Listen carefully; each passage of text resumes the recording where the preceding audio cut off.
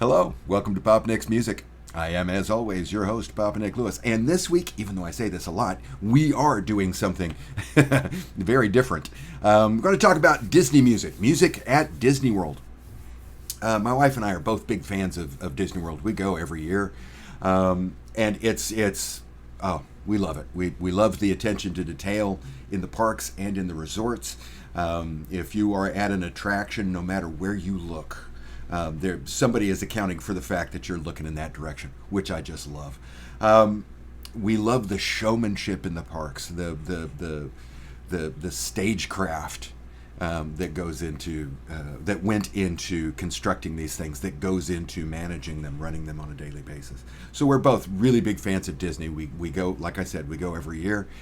And today I want to talk about my 10 favorite uses of music in the Disney parks. My top 10 Disney music uses. I'm not sure how to phrase that. Before we get into the top 10, though, subjectivity notice. Artistic appreciation, whether or not a theme park is a good theme park, that's artistic appreciation. Artistic appreciation is inherently, innately, by definition, a subjective thing. I almost said objective. There's no such thing as objectively good or objectively bad art. There is only art that I like and art that I do not. And as long as we keep that in mind, this is a wonderful conversation. It's fun, it's entertaining, it's instructive, it's everything happy and fun. As soon as one or the other of us starts thinking in terms of being right and wrong, that's when everything goes downhill. So let's not do that. These are the things that I like. Doesn't mean they're objectively better than anything else. They're just the things that I like. Cool? Cool. Now, before I get into my top 10, let's talk a little bit generally about music and how music is used at the Disney parks. How music is used in most amusement parks. I mean, Disney is not the only company that does this. But music is used in theme parks the same way it's used in movies, right? It's a soundtrack. It's ambient emotion in music form.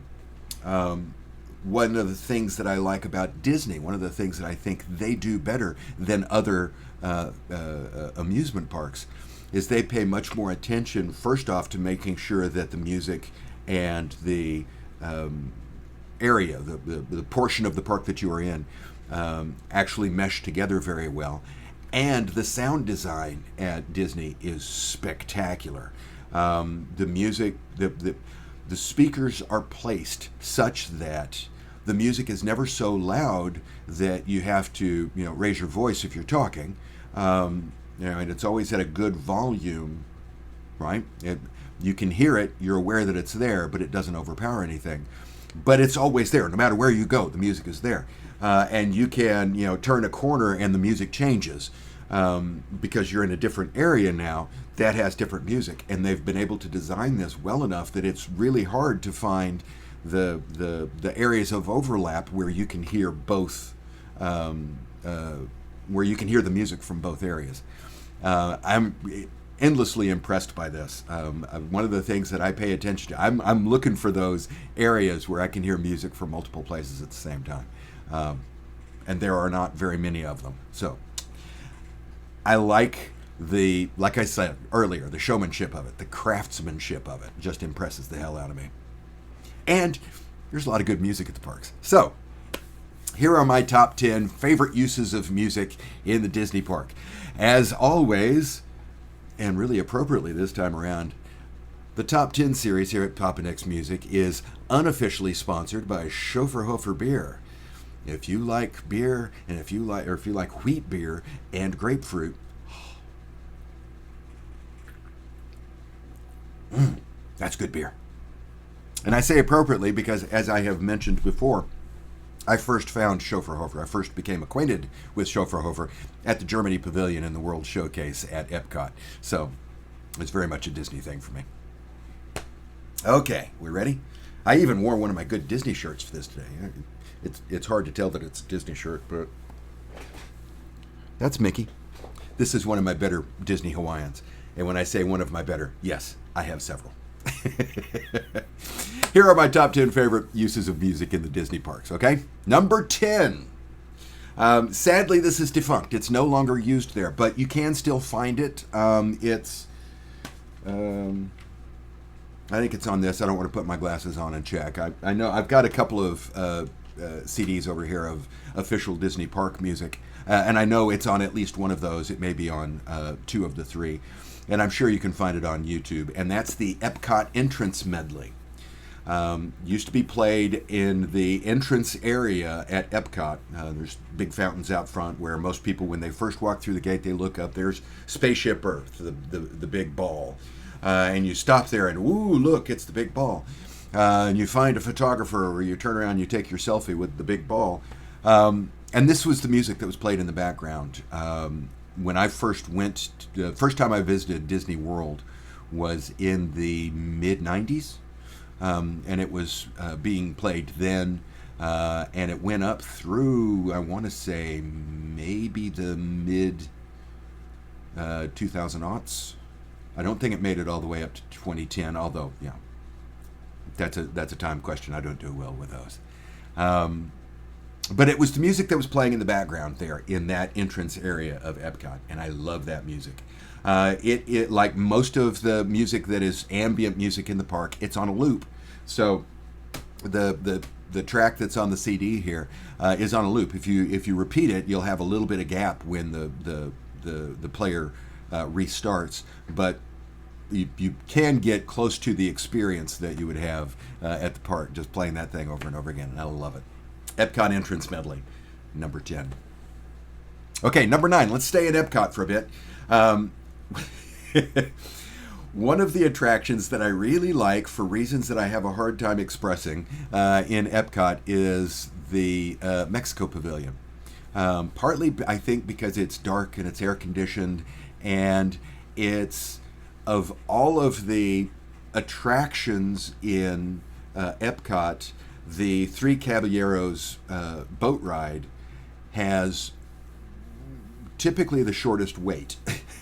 There's not much to it, but that's one of the reasons that I like it. So the Three Caballeros on the Three Caballeros boat ride, I love that. I love the fact that it's air conditioned and dark and usually has a short line. So hey, there are also some pretty good smells going on there, because the area where you're getting onto the boats is just right there next to the restaurant that's down there. It smells good down there. Number 9, Three Caballeros. Number 8, let's go over to the Magic Kingdom.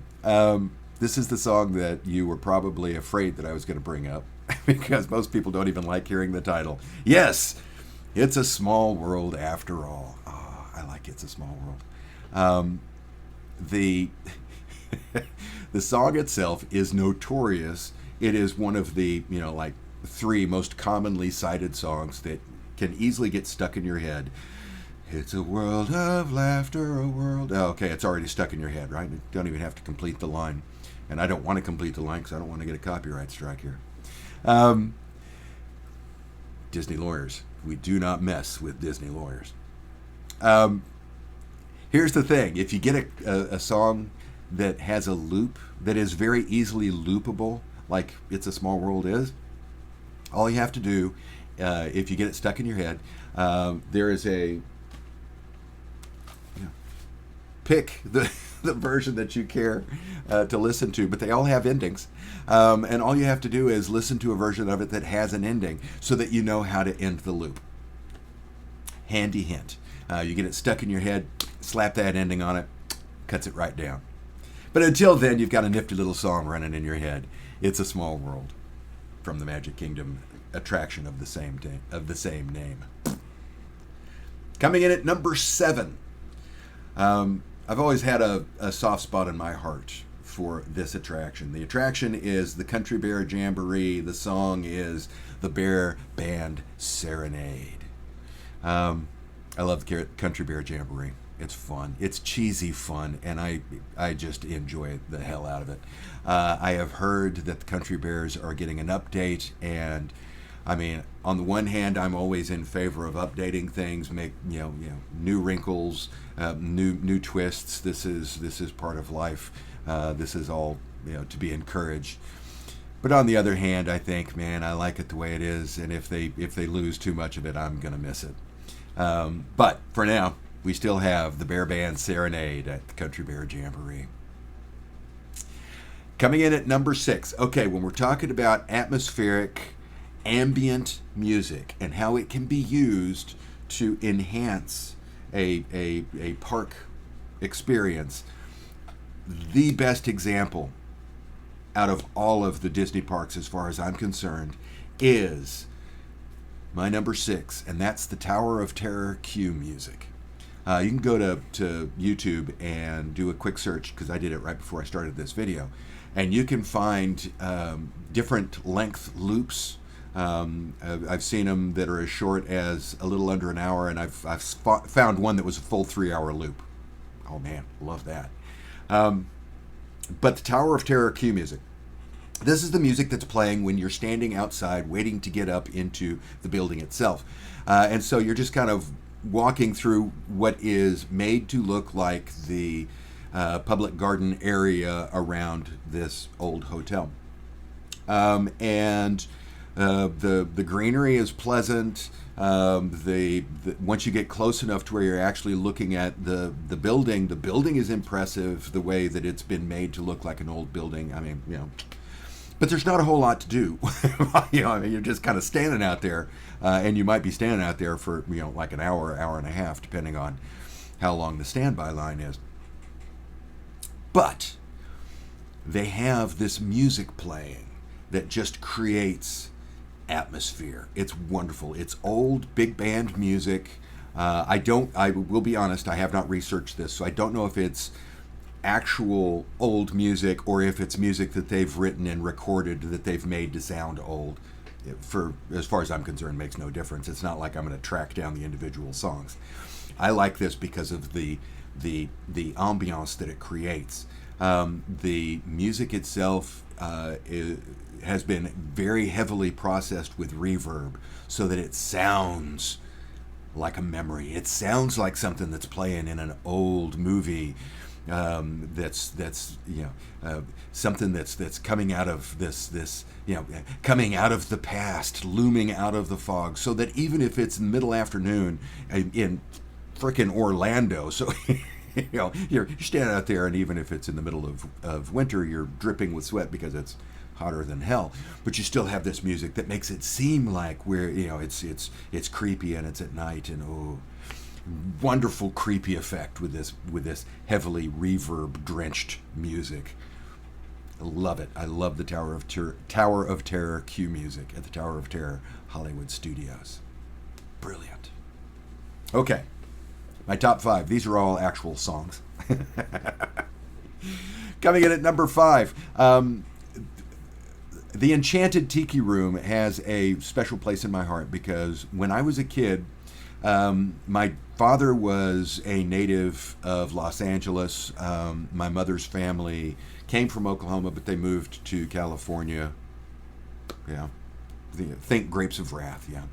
And so I always had family in the greater Los Angeles area. And we would often visit no matter where we lived. And so I went to Disney World many, many times. I had an aunt who lived in Fullerton. It was about a 15-minute drive to get to Disney World, or to get to Disneyland.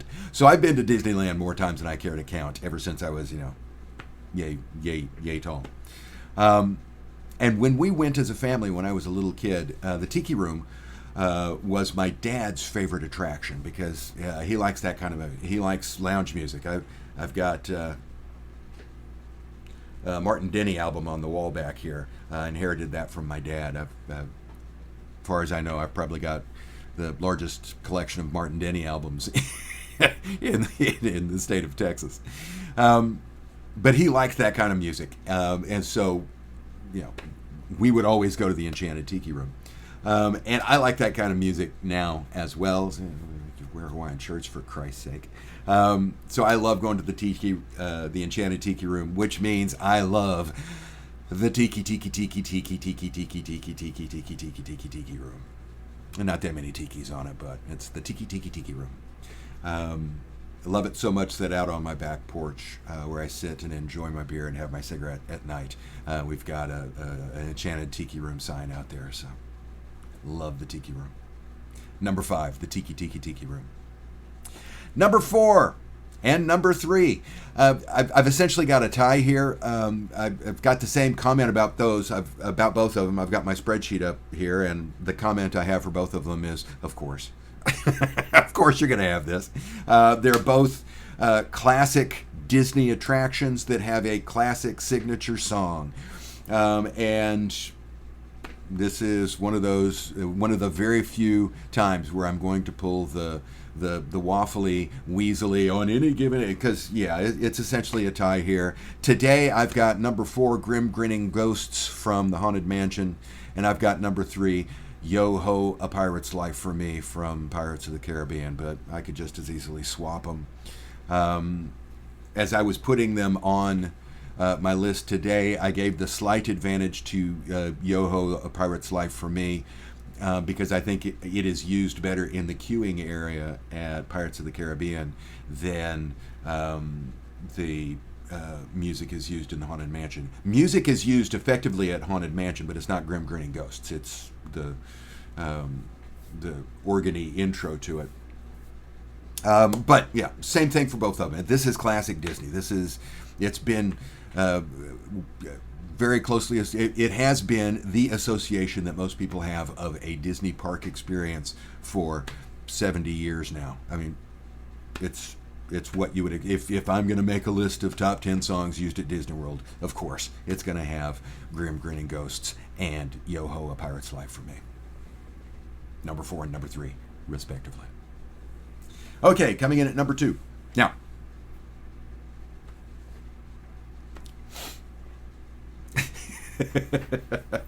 coming in at number 2, I love this.